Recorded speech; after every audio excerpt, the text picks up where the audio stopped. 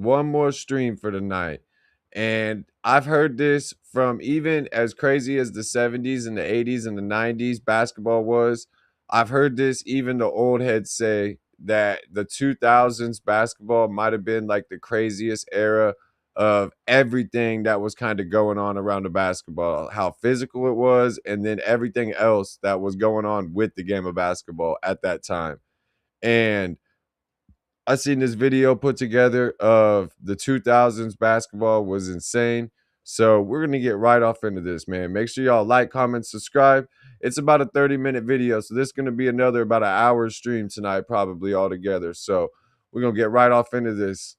Been the most dysfunctional era in league history. There were fights in the crowd, refs getting caught gambling on games, and entire teams falling apart behind the scenes. Malice in the Palace, and then freaking Dunleavy getting caught up with the gambling shit. Yeah, like that's why I didn't mean, like, when I said at the beginning, I said it was the most hectic time. You know what I mean? It wasn't just like what was going on the court. Like, it was everything that was going on around the court back then.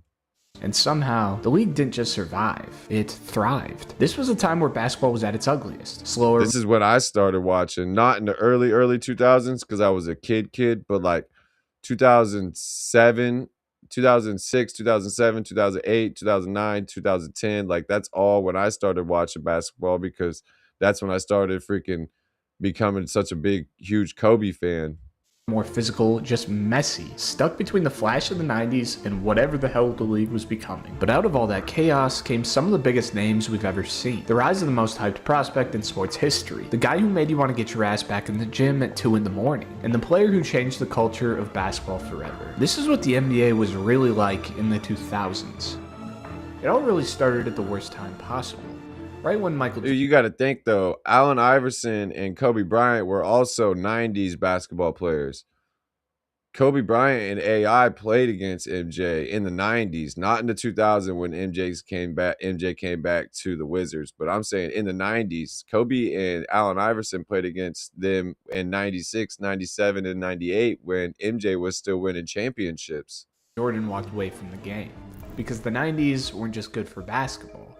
They were perfect. The entire league revolved around Jordan. So when he retired, after that second three-peat, the NBA didn't just lose its biggest star. It lost the one thing holding everything else together. And almost immediately, things started getting weird. The Bulls got blown up from the inside. Tensions between players and owners were already building. And just 2 weeks after the most watched finals game in history, the league shut down. It was a complete disaster. Chaos everywhere. Owners and players were at each other's throats, and nobody even... Excuse me, sir, how? I mean, I don't think the league shutdown had anything to do with that, with Michael Jordan, but the lockout season. But yeah, the Bulls, what did you think was going to happen when the best player in the world walks away? Of course they're going to explode. What do you use? Knew if there'd be a season at all. Training camps got canceled, exhibition games disappeared, and the regular season, it was already falling apart.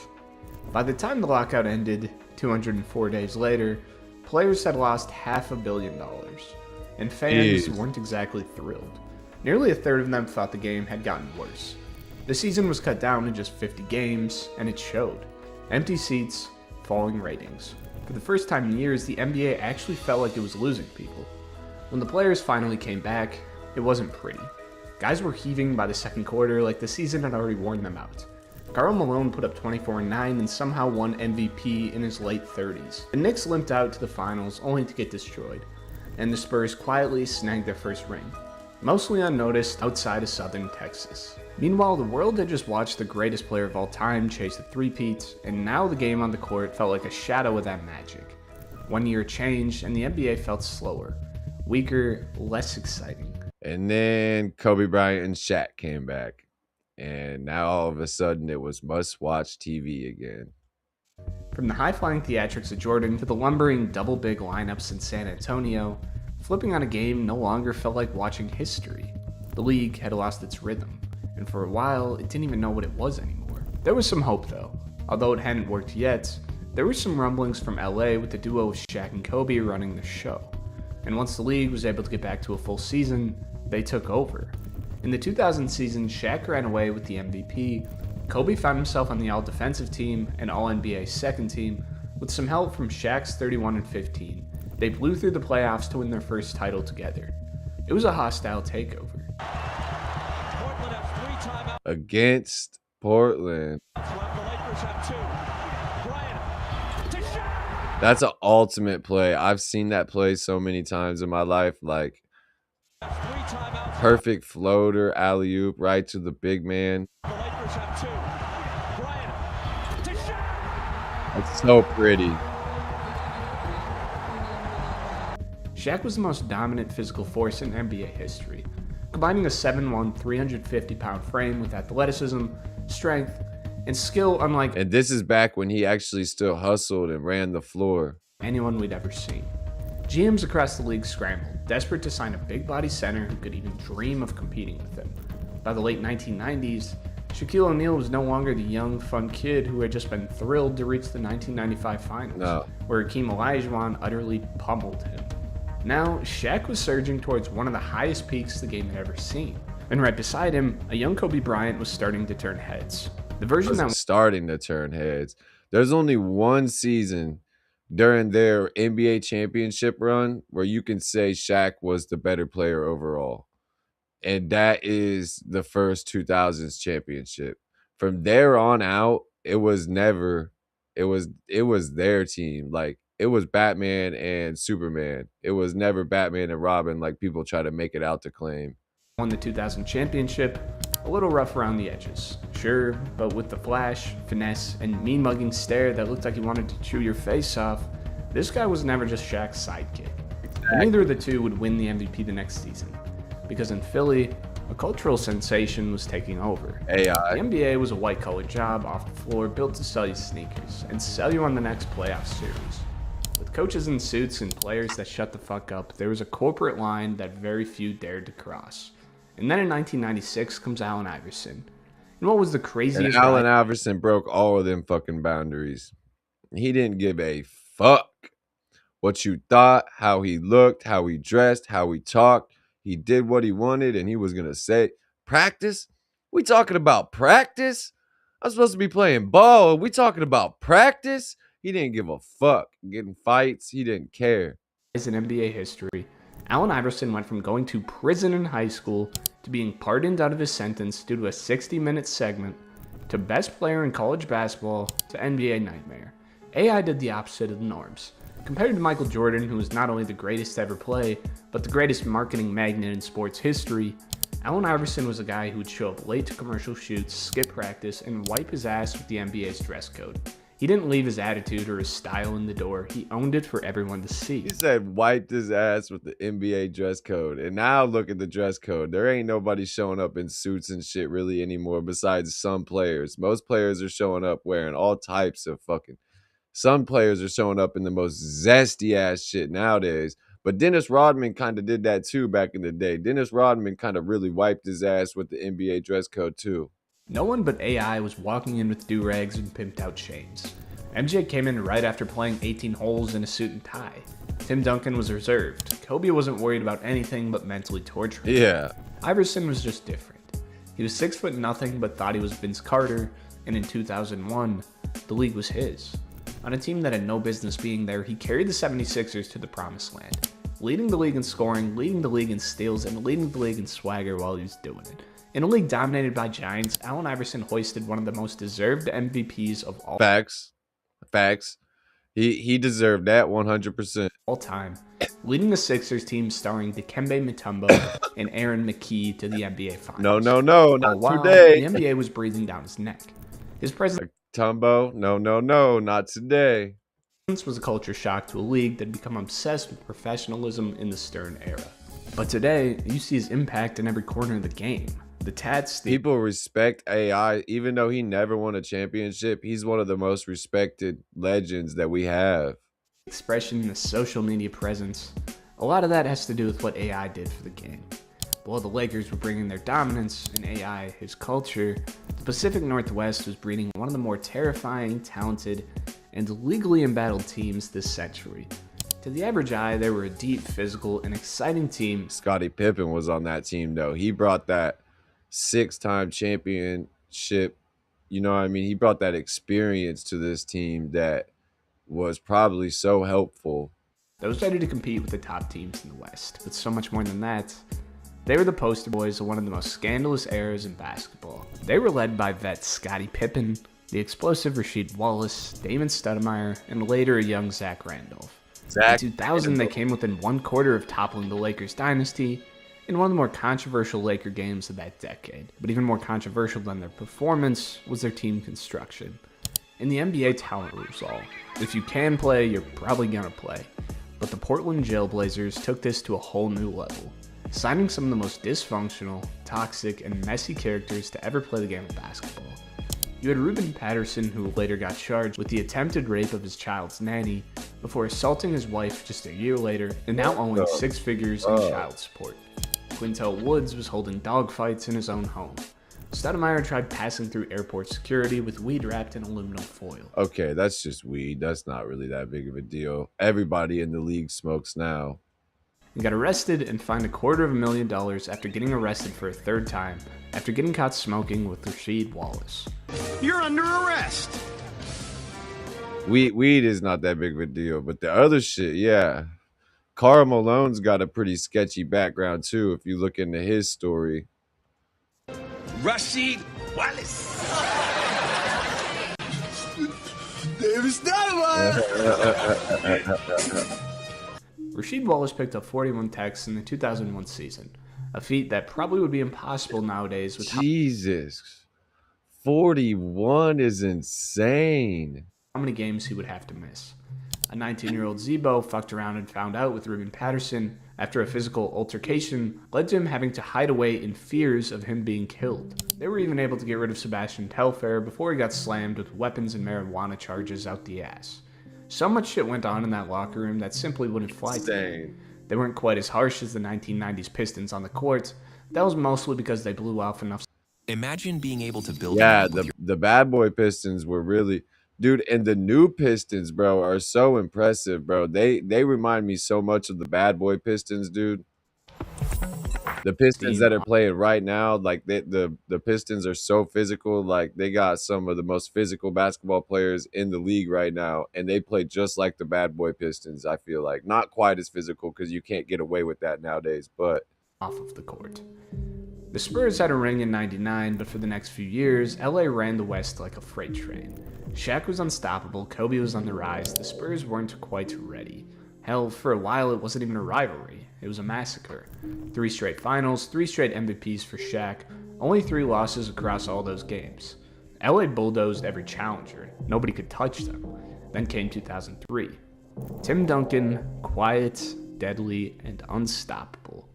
The Spurs shot 47%. Tim Duncan was a beast, man. Like he's got, if in your all-time big man, where do y'all got Tim Duncan at?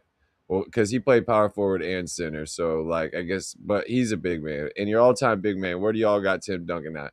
I think you got to have him in your top 10. That series. Kobe went nuclear with 32 points a night. Shaq tried to hold down the fort with 25 and 14, but it wasn't enough. And that's when the cracks started to show. Shaq coasted, Kobe raged, both tried to hold each other accountable, but neither looked in the mirror.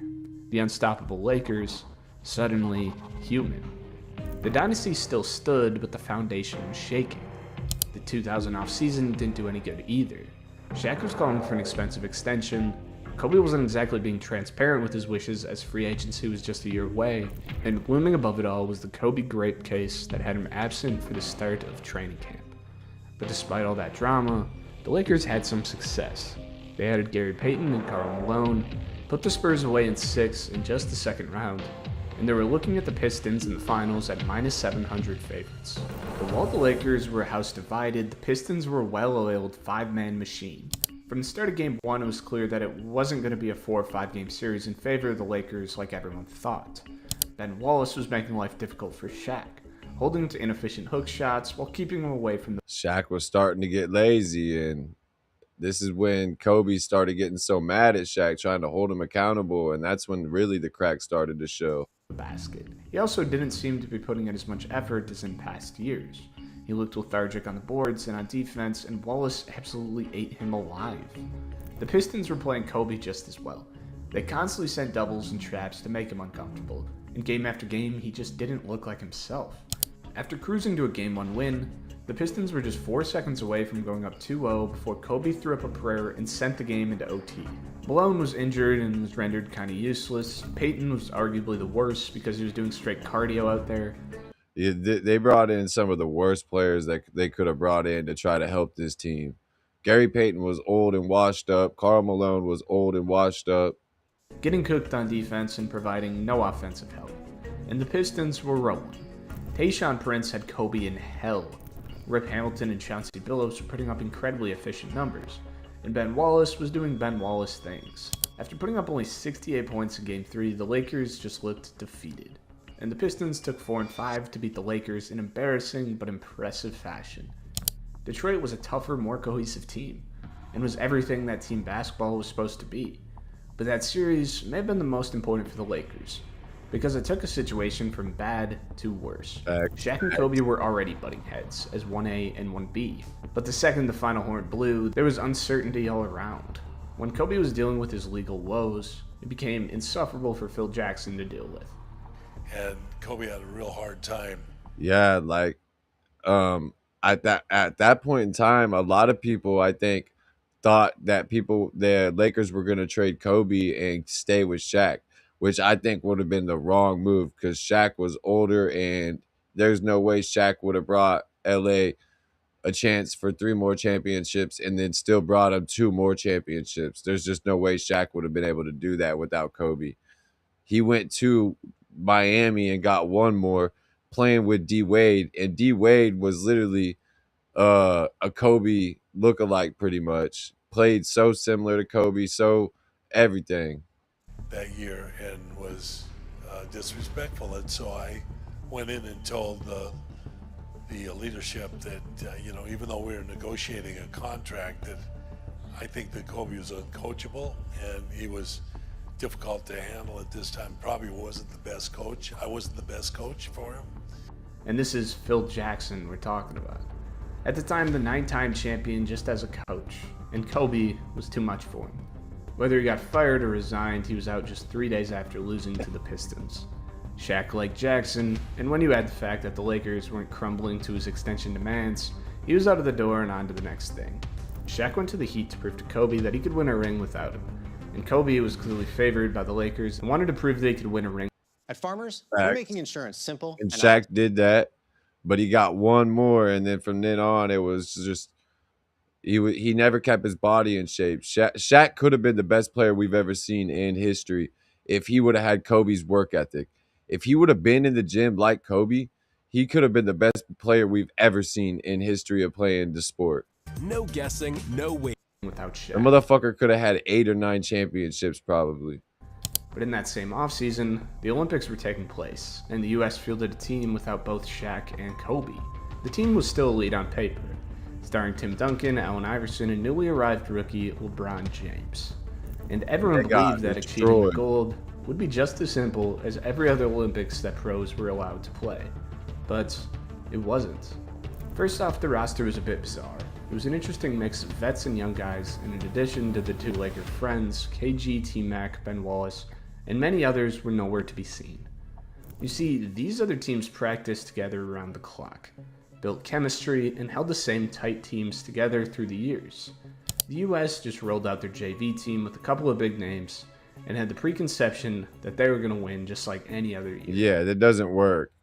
Like, we always have the best team, but it has to be our very best players because these other foreign teams aren't just scrubs like people think they are. These other teams in other countries are very good basketball players.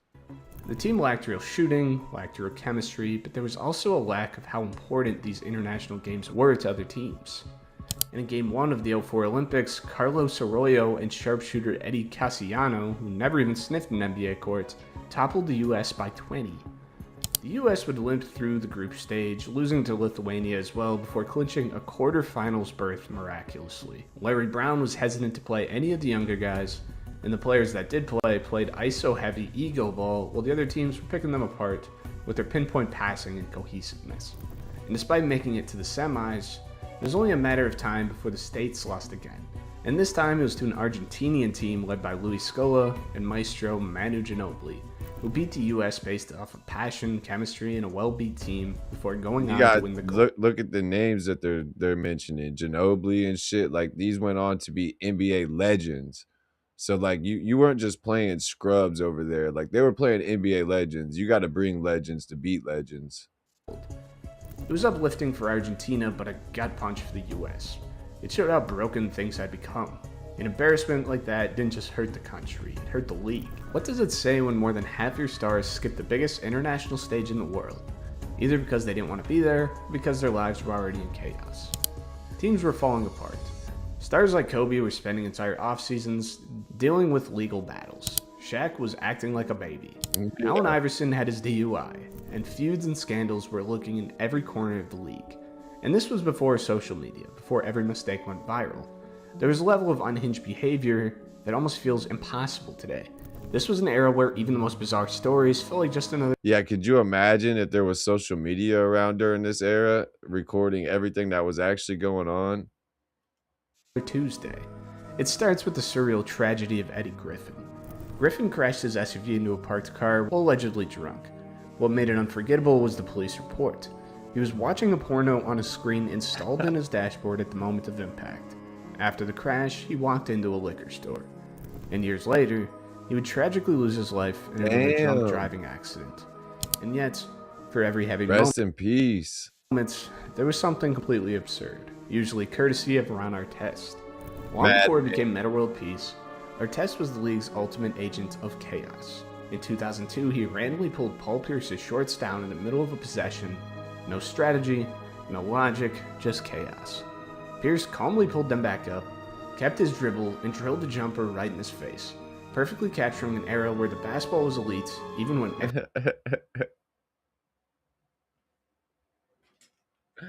Why?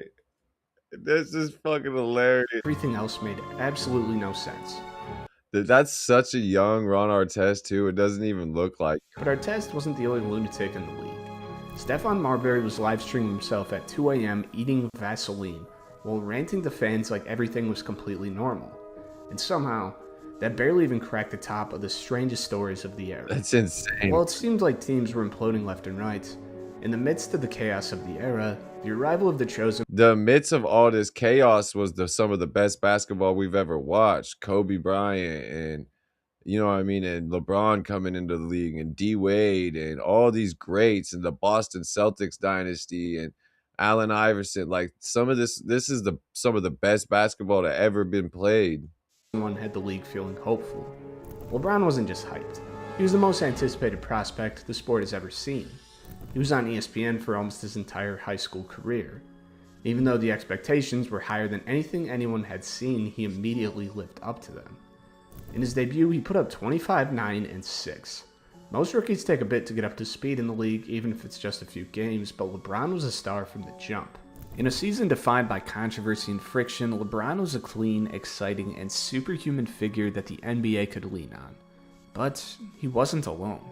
Despite Darko being an absolute dud, the 2003 draft also held the arrival of Dwayne Wade, Chris Bosh, and Carmelo Anthony, and a wave of players who could instantly flip franchises around. Facts. By the end of the season, the landscape was shifting. A new era of players was coming in.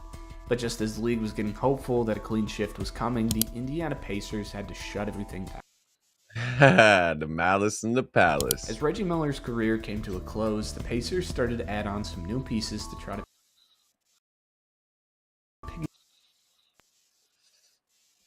blocker, defensive menace Ron Artest, and added Steven Jackson on for the 2005 season after a 61 campaign the year before. Rick If you guys don't know what the malice in the palace is, I might do a reaction to the Malice in the Palace video. It was an insane event that went down in the 2000s. It's car insurance. Carlisle was proving himself.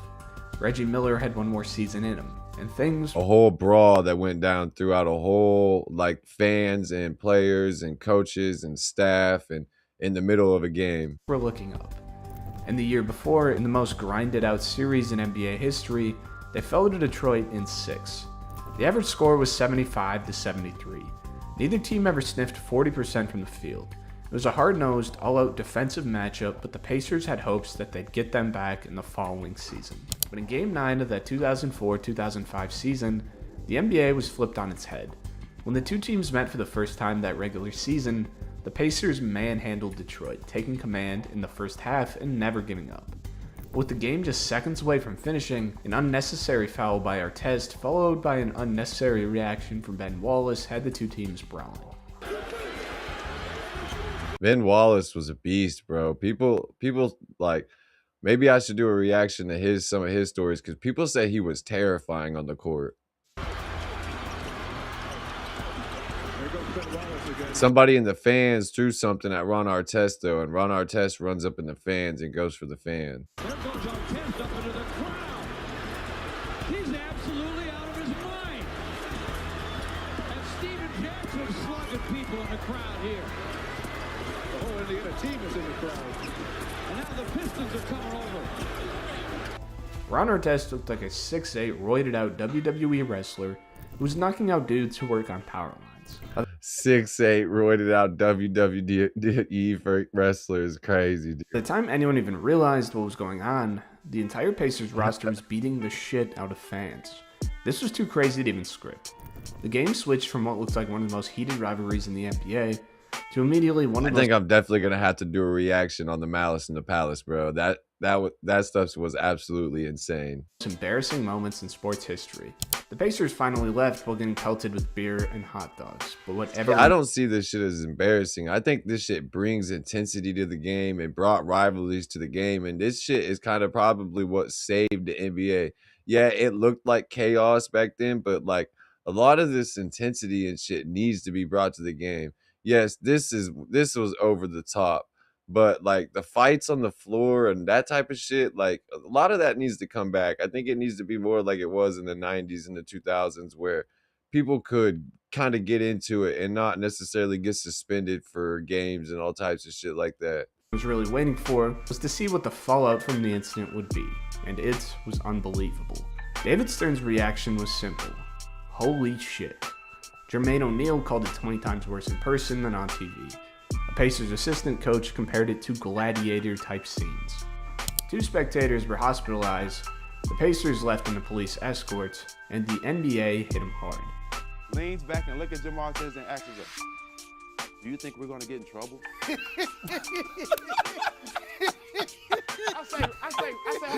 say, Ron, trouble? You lucky we still have a Bro, you might go to jail. job. Artest, gone for the season. Steven Jackson, 30 games. O'Neal, 15 games. 6 more players were suspended. A championship contender wiped out overnight. But what took... I think that's a little harsh. I think none of them should have got suspended for a year or the whole year. Ron Artest, that dude threw something at him. I understand you're a player and shit, but as a man, you get a drink thrown on you and shit after like you just got pushed and shit. You're already heated because you're already getting into it with a player, which is cool. Then a fan throws a drink on you. As a man, that's just gonna piss you off. Suspending them for the whole year, I feel like is too harsh. as big of a hit was But I am kind of surprised that NBA managed to not somehow get the cops involved, because I would have been surprised if the cops didn't try to get involved somehow and get like battery and shit, even on some of the fans too, maybe because the fan threw shit too. You know what I mean? The cops always want to get involved in these type of situations. the league's reputation. This was coming on the heels of the Jailblazers era. The team full of criminals had dissolved, and then one of the best teams in the league beat the shit out of fans. This was 10 times worse. Jackson and Artest were lucky that Stern didn't expel them from the league entirely. Frankly, they were lucky they didn't go to prison. Their own fans started referring to the team as the Thugs. The next time the two teams played, bomb threats were called in. Damn. The NBA had to completely revamp their security and alcohol measures in order to stay alive. A lot of players and fans hate on David Stern for how harsh he was. But if you know anything about league history, he was a product of his own environment. David Stern came into the NBA at a time of turmoil. The 1970s were a time that the NBA was full of cokeheads. Facts. The 60s, the 70s, the 80s, the 90s was full of people doing coke and all types of shit. Violence was out of control, and the NBA was turning out its worst product yet. This idea of continuous reinvention, I think, is really important. It Yeah, doesn't end. and they were all on steroids. That's why they all came into the league with heads of hair and shit, and then they would be in the league for 2 or 3 years, and they were bald headed and angry. I think I'm not. I can't say this for sure, but a lot of people even say Michael Jordan was 100% on steroids. He came in the league with hair, and the next thing you know, he was bald headed and angry as fuck. Fast forward a few years, and through tightening up the rules to a death grip, Stern cleaned up the reputation, propped up the stars that carried the 80s to a whole new stratosphere of popularity, and kickstarted what would become the greatest decade in basketball history in the 1990s. But come the early 2000s, many of the same problems were recurring. NBA players weren't creating history on the court unless it came in unlikely acts of violence. Players weren't getting caught with blow left and right. When it came to DUIs, domestic violence, and any other charges under the sun, TMZ certainly wasn't short on storylines. The NBA's image was slipping, and just like last time, he was ready to take control. And where it all started was the mandatory dress code. It sparked immediate backlash, largely because of the cultural shift brought in by Allen Iverson, whose style had become synonymous with the league's new identity. But coming off the heels of the Malice at the Palace and everything that came with it, I can understand it. I mean, I would have hated it too, because I would have been dressing, how I dress, but I can understand it. it was pretty Because, like, you do, like, even back when you're in high school and shit, like, you're supposed to wear dress clothes and shit when you're playing and stuff. So, like, I get it.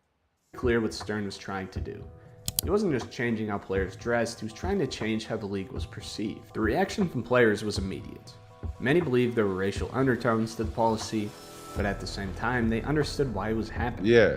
Because whether the league wanted to admit it or not, the optics were bad. And having an older white commissioner telling a predominantly black league how to dress, that was always going to create tension.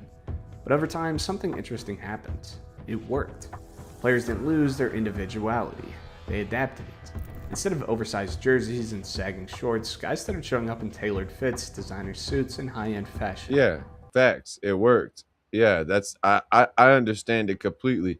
And nowadays they're letting it change up a little bit. They're letting some of these boys get away with some zesty shit nowadays. What could have been restrictive turned into expression. Suddenly, walking into the arena became its own runway.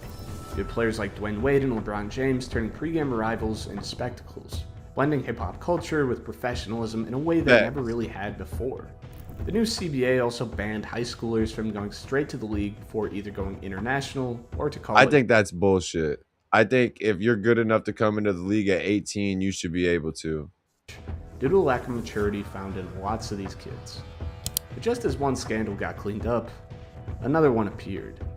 And this one had the potential to do a lot more damage than just a couple punches. If fans ever start believing the games themselves are rigged, then the league as we know it is over. Because once people stop trusting the competition, the stadium's empty and the product loses its soul. If there's one person who did more damage to the league's reputation than almost anyone else, it wasn't a player or a coach, Freaking this stupid ref. or even a team full of wild personalities. It was referee Tim Donaghy. From roughly 2003 to 2007, Donaghy wasn't just a ref. He was blatantly betting on NBA games he was officiating. And that was just the tip of the iceberg. He was already a notorious hothead before the scandal began. He thumbed his way into the job and had someone else take the SAT form to get into. Enough.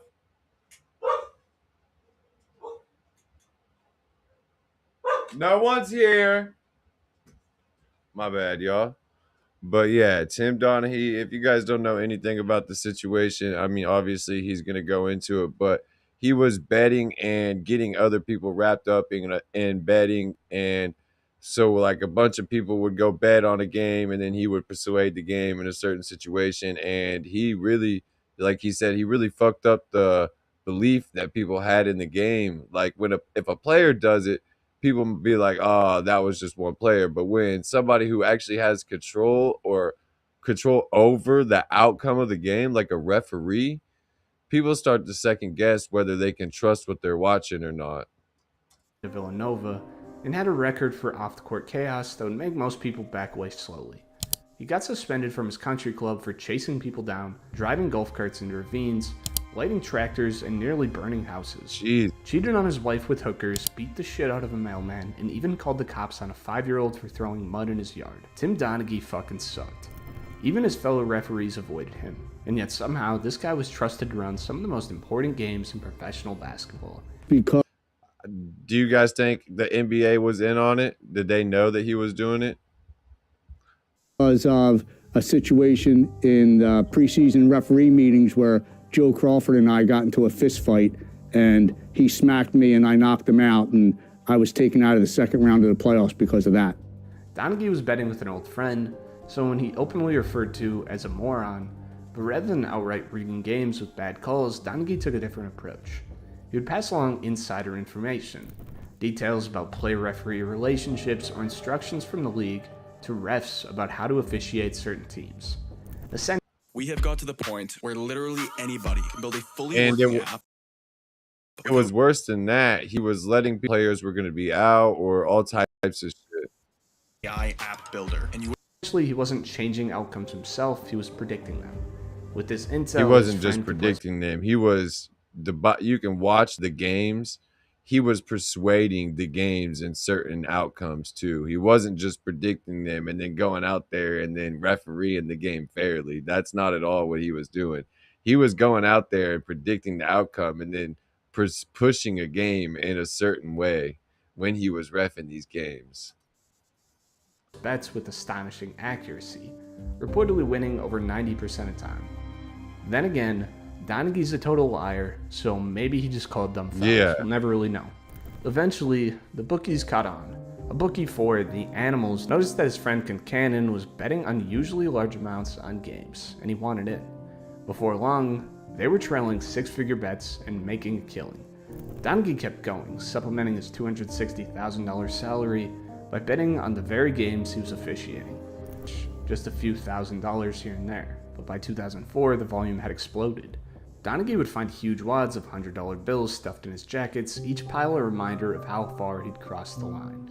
And huge detriment that he did to the NBA. From this point on is when people started questioning, can we trust what we're watching? We don't care about the hard fouls and the fights and all that shit. That's cool. As soon as we don't know if we can trust what we're watching is fair, that's when people start to question whether or not what we're watching is real or not, or is it a show for the whole, like, is it scripted? Is it a show? But then, in 2006, a high school acquaintance, James Batista, approached Donaghy with a proposition. $2,000 per game if his pick won. Donaghy already had a system in place, and the kicker, he wouldn't lose a dime if the pick failed. Everyone involved was nervous, but the potential payday was too big to pass up. The process was simple, almost absurd. Donaghy would make his pick, relay it to Batista, and after a bit of betting to throw off the market, Batista would bet the house on Donaghy's selection. According to Batista, he couldn't even watch the games, because if he knew what to look for, the results were shockingly obvious. But what comes up must come down, and eventually, the FBI caught on. Of course. Agent Phil Scala Of course they did. It's, if you go back and watch these games, it's absurd how much he was pushing these games in one direction.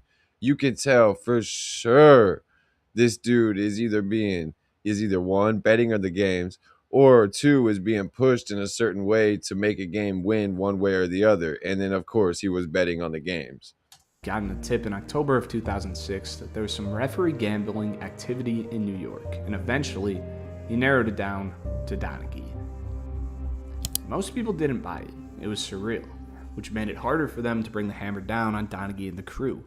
In an ESPN study, Donaghy's picks for Batista went 23, 3, and 4, and the odds of that happening was 1 in 6,155.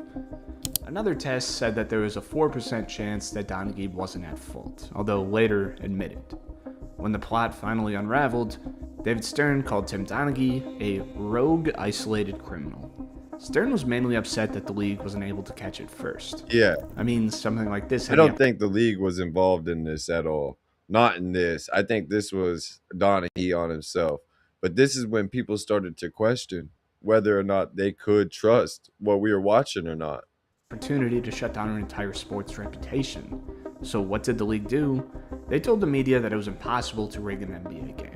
They closed ranks, obviously Donaghy, Batista, and everyone else that was betting on games, but the league needed to save face, so they did their best to divert the attention. But in reality, it was just another dark spot that the NBA needed to cover up to stay respected. I've said it is rigged forever.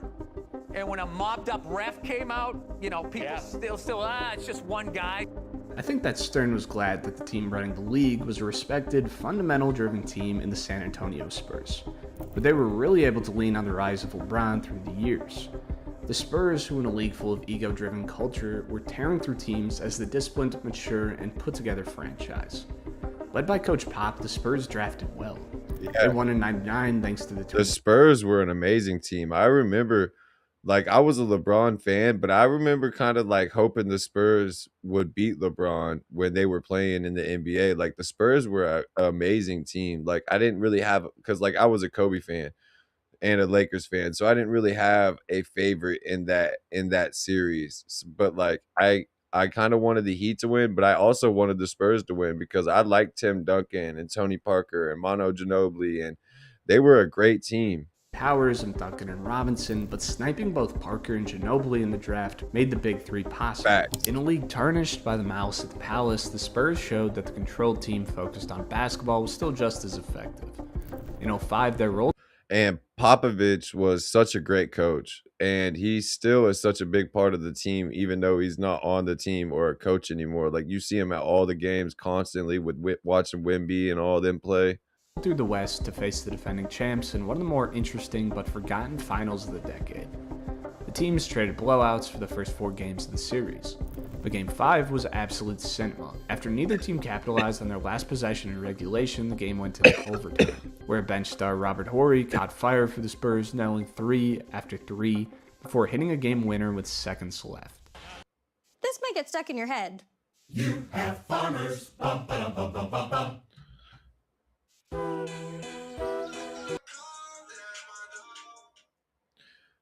Man, what era do you guys think is the best era of NBA history? I think this is, honestly, I think from like 1995 to like 2015 is the best era of basketball. And then since then, it's definitely kind of went downhill a little bit.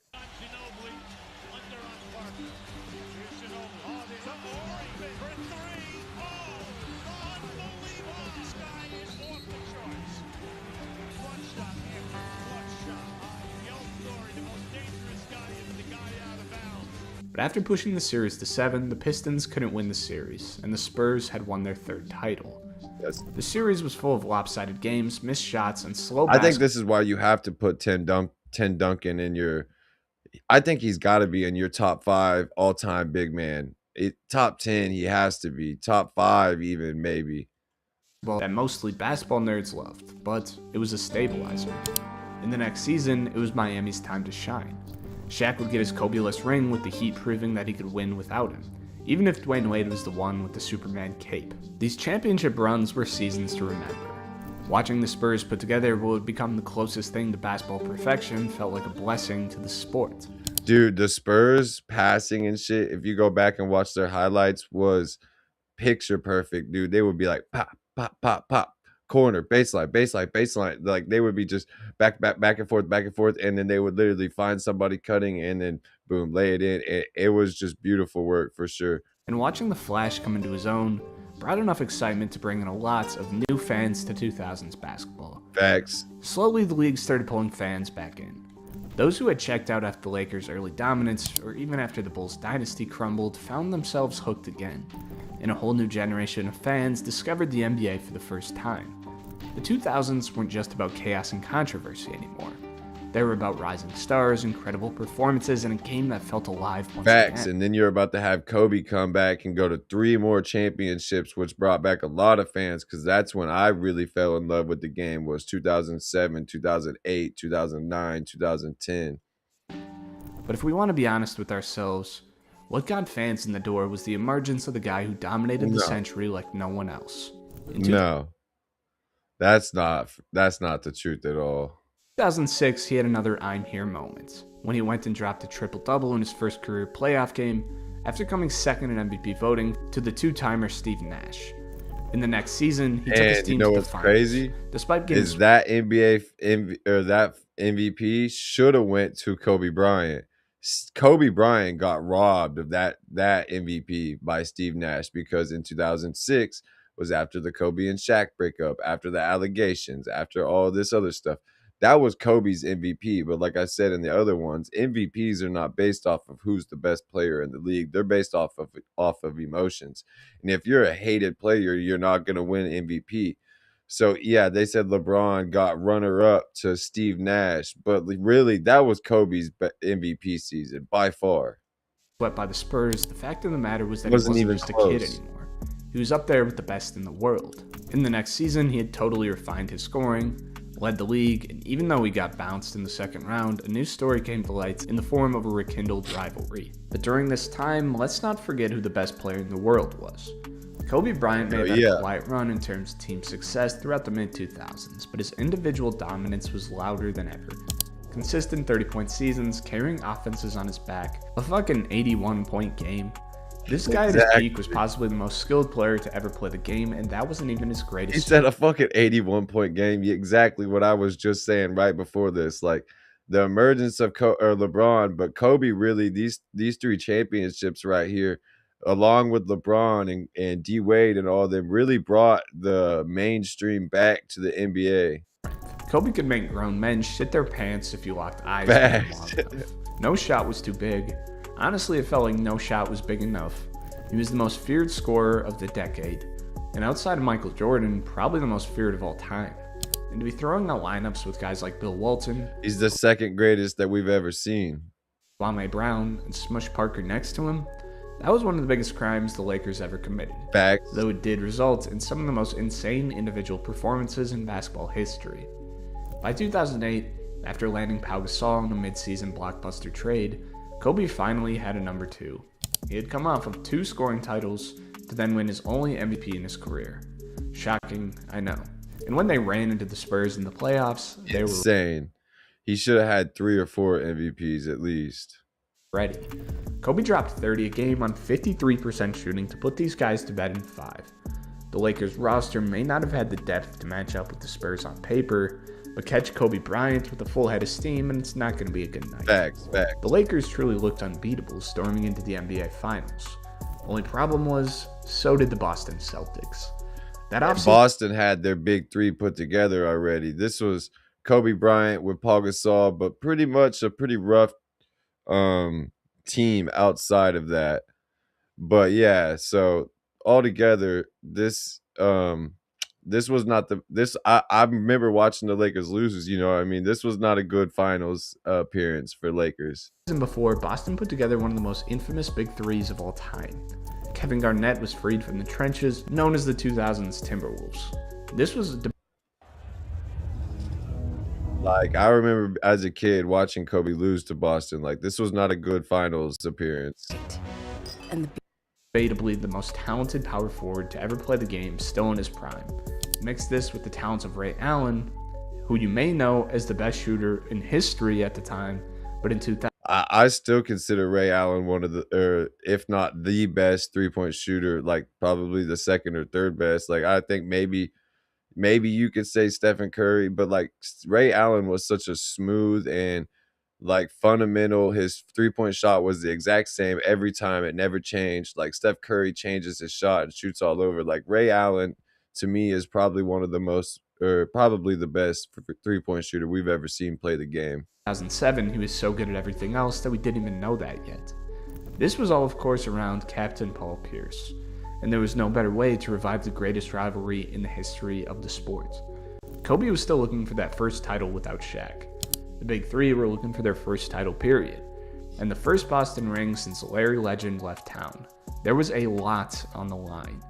Game 1 became instant lore, not really because of what happened on the court, but because Paul Pierce had to get wheeled off because he didn't want to admit that he had to take a shit.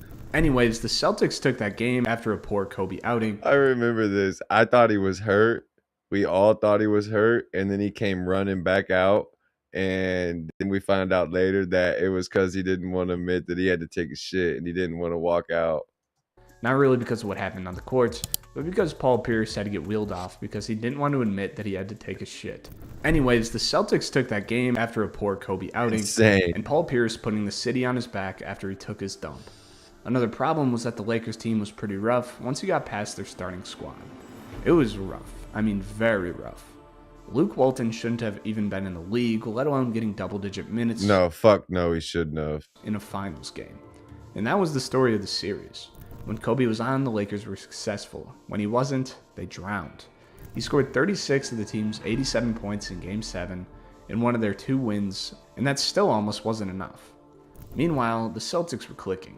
In Game 4, the Lakers got up by as much as 24 in the first half, while Kobe scored just 3.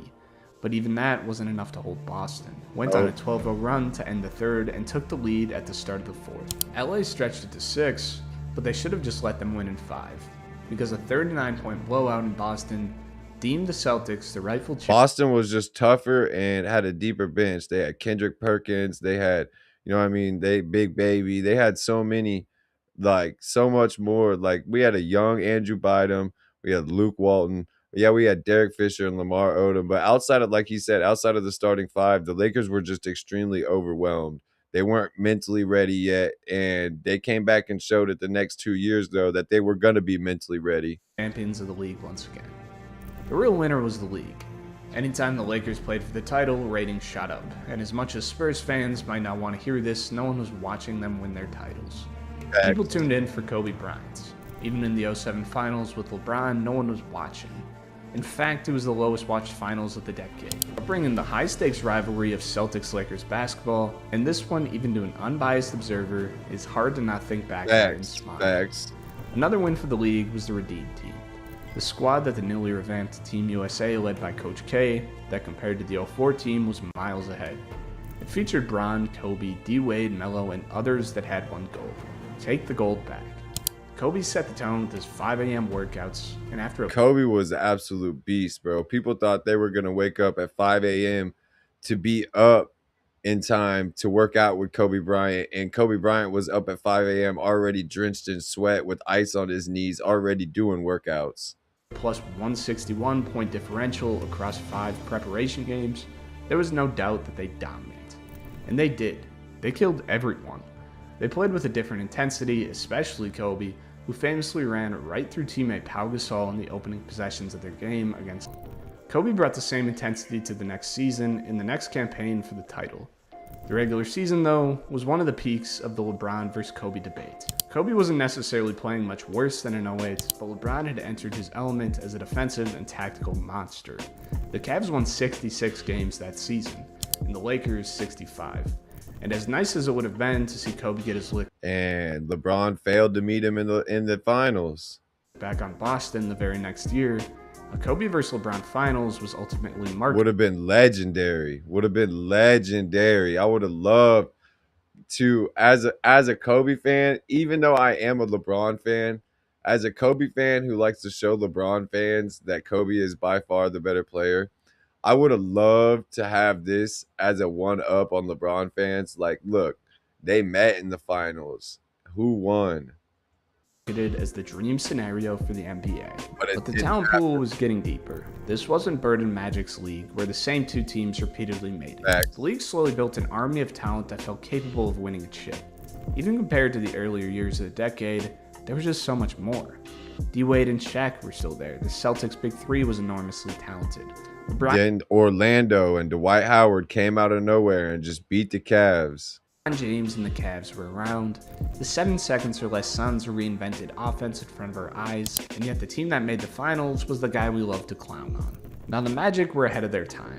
As someone who never saw the mailman, Dwight Howard is the best pick-and-roll target I've ever seen. If you guys weren't around to watch Dwight Howard play back then, man, you need to go watch. I might have to react to some Dwight Howard highlights sometimes, bro. He was an absolute beast on the court. And with an army of shooters around him, the Magic used outward gravity to create a 2020s offense in 2009 around a single star and all-time defender. They may have robbed us of a Kobe vs. LeBron finals, but brilliant nonetheless. When the Magic had to go against maybe the most focused version of Kobe, they couldn't hold him. His goal ever since. Fuck no, they couldn't. We the people. I remember watching this. Like, I never once in this entire finals as a kid had a doubt that Kobe was gonna put this one out. They say it's anyone's. Shaq had You could see it, the way he was playing, the way the team was like just working out there on defense and offense. You could see like this was gonna be an easy finals. The next year against Boston was more closer. Against Orlando, it was an easy final. Kobe was putting them out. Was to win a ring without him, and no one was stopping him that season. Fuck no, they especially not Rafer Elston and Michael Pieris. It deprived us of seeing a Kobe versus LeBron matchup, but it also put the "can Kobe win a title by himself" convo to rest. You're up 2-0. What's the story? Are you not happy, or you're only half happy, or? Still to be happy about. Still to be happy about. Is the job finished? The job's not finished. You're up 2-0. Job's not finished. Job finished? I don't think so. Okay. It just showed Kobe's killer mentality. For real. He wasn't satisfied until he saw that his team had won 4 games. And it didn't matter that the Lakers were clearly going to roll through Orlando. As the league went into the 2010 season, it seemed like David Stern had the clean corporate league that he always had been hoping for. The Lakers and Celtics had restored the league's prestige, and LeBron was becoming the global icon we thought he would be. But just when the thug narrative seemed to be fading history, Agent Zero was ready to step in. After a card game went wrong, Gill and teammate Javaris Crittenton couldn't hold themselves back. You know, Arenas was doing his thing to purposely get under the guy's skin, and Crittenton was not letting it happen. At this point, Arenas' career wasn't over, but it wasn't far from that because of his knee issues. I don't know why Arenas even imagined that this would be a good idea, but after Crittenton and Gill were throwing around, damn, I never heard about this. This is crazy. Around shit like "I'm gonna shoot you" or "burn you alive," you know, surely all in good fun, Arenas took some "I'm gonna burn you alive," surely all in good fun. Hell no. Time out of his day to bring some guns into the locker room to see if Crittenton was gonna chicken out. The fuck? It violated team, league, city, and state ordinances, and Gilbert Arenas in Gilbert Arenas fashion was about as unserious as he could possibly be. He already was going to get a felony charge, but he decided that it would be a good idea to dance around during pregame introductions while throwing around finger guns. If that doesn't Ja Morant before Ja Morant tell you that someone hasn't learned a lesson, I don't know what will. And Stern hit him hard, suspending him for the rest of the season while he was got his ass legally charged with 2 years of probation and a month in a halfway house. The most ironic part about it is that this would be the last headline coming out of the NBA of the 2000s. Dude, I love Gillis Arenas' podcast and shit though. Like, he's funny as fuck. The people he have on there, shit, they're funny as fuck. I don't know nothing really about his career that much. I do know a little bit, but like, he wasn't no super great legend. He was a good ball player for sure. I'm not saying that. I've seen some of his play and shit, but he wasn't, you know what I mean, one of the legends that I really studied and shit and really watched. But I didn't know nothing about none of this. I really only know him from after he was retired and after he started his podcast, and then I started seeing his videos and stuff. As it happened on Christmas Eve. Luckily, that season wasn't just remembered for that, because Boston and LA would run into one another in the finals, and the series would become an instant classic. In Game 1, a 30-piece from Kobe would give LA the game, before a Ray Allen 30-bomb gave Boston Game 2. But let's get down to it. What we all remember the most from that series was Game 7. Kobe had an extremely poor night, going 6 for 24 and 0 for 6 from 3. While he couldn't buy a bucket, the other team couldn't either. Ray Allen was yeah, bro. I remember as a kid, like, standing up for the whole game, like 5-6 feet from the TV, watching this entire game. Incredibly inconsistent across the series and couldn't get anything to fall. Paul Pierce was the same way. But what did put the Lakers ahead in the game, the defense was so crazy this game, nobody could buy a bucket. Were the other guys. Well, you still had Kobe grinding it out and picking up 15 boards despite the off night, but Pau Gasol proved his brilliance with a 15 boards is crazy. Kobe was still doing his thing. 19 and 18 night. And Artest came out of nowhere with a 20-piece, including a clutch 3 that even had himself surprised. It's ironic that he was the player to do it too. He almost put the NBA in the ground and then hit one of the most memorable final shots of the 21st century. The Lakers. That's why Kobe wanted Ron Artest. Like, they got into it in like 2008 or something, or 2009, and then in between the seasons, Kobe literally went out and had somebody go talk to Ron Artest about coming to sign with the Lakers, because they literally got into it, and he was like, anybody crazy enough to get into it with me is crazy enough to play with me. Won 83-79, and despite Kobe's poor shooting performance, it was definitely the sweetest finals win of his career. That was the same thing that happened with Kobe and Matt Barnes, because Matt Barnes did all that like ball faking and really got into it with Kobe a bunch of times. And that's how Kobe and Matt Barnes ended up on a team together, because Kobe freaking was like, anybody crazy enough to get into it with me, like that's crazy enough to play with me. He beat the Celtics, he beat them without Shaq, and he was officially a 5-time championship winner. But as the confetti settled, the new era was officially here. Kobe had completed his arc, LeBron was becoming unstoppable. This is when I started watching LeBron. Like, I was still a diehard Kobe fan. Like, I watched Kobe until he stopped playing. You know what I mean? But, like, I did start watching LeBron more. I loved watching LeBron at Miami. He was a beast, man. And a fresh wave of stars had arrived. Every decade tells a story, and the 2000s left us with more questions than answers. The league was grappling with life after Michael Jordan, sprinkled with unlikely risers and playoff series that left us craving more, or wishing for a different result. It's easy to look back at the 2000s after the perfection of the 90s and see a decline. But that's the thing about the 2000s. It wasn't perfect, and it didn't have to be. I also think it was some of the greatest basketball we've ever seen. That's what I grew up watching. And I thought from 1995 to 2015, I think the intensity and the lifestyle and everything around basketball, I think, was the best basketball ever was. It was loud, messy, chaotic, and sometimes it was outright always ridiculous, chaotic. But it was alive. From Kobe carrying broken lineups with 81-point nights to LeBron announcing himself. That still makes me laugh to this day when I hear it. 81. What the fuck? The generational force, to Ron Artest, Stephon Marbury, and the rest rewriting what we thought was possible. The decade thrived on Tracy McGrady, man. Tracy McGrady was a legend. Predictability. Vince Carter. Like, this era brought out so many greats. Stars rose, fell, Yao Ming, clashed, and sometimes just plain lost their minds. And fans were along for every wild ride. The 2000s didn't leave us with neat answers or clean dynasties. It left us with moments, characters, and games that felt raw, urgent, and unforgettable. It was imperfect, but that imperfection, that was pure basketball. And it was the kind of chaos that the world didn't know it needed. And that itself might just be perfection. What did I say? I think that was the best era of basketball to me, and that was, which I didn't necessarily see like the early 2000s basketball. I was more like 2006, 2007, and up from there. But like, I loved that era of basketball. And then, of course, at that age, I started watching the stuff that happened before. So I think from 1995 to 2015 was probably the best generations and the best era of basketball. It was chaotic, it was intense, it was tough, it was physical. The players hated each other, they didn't give a fuck. I think it was definitely, like he said, it might have just been perfection. But let me know what y'all think below, man. It's still a live check.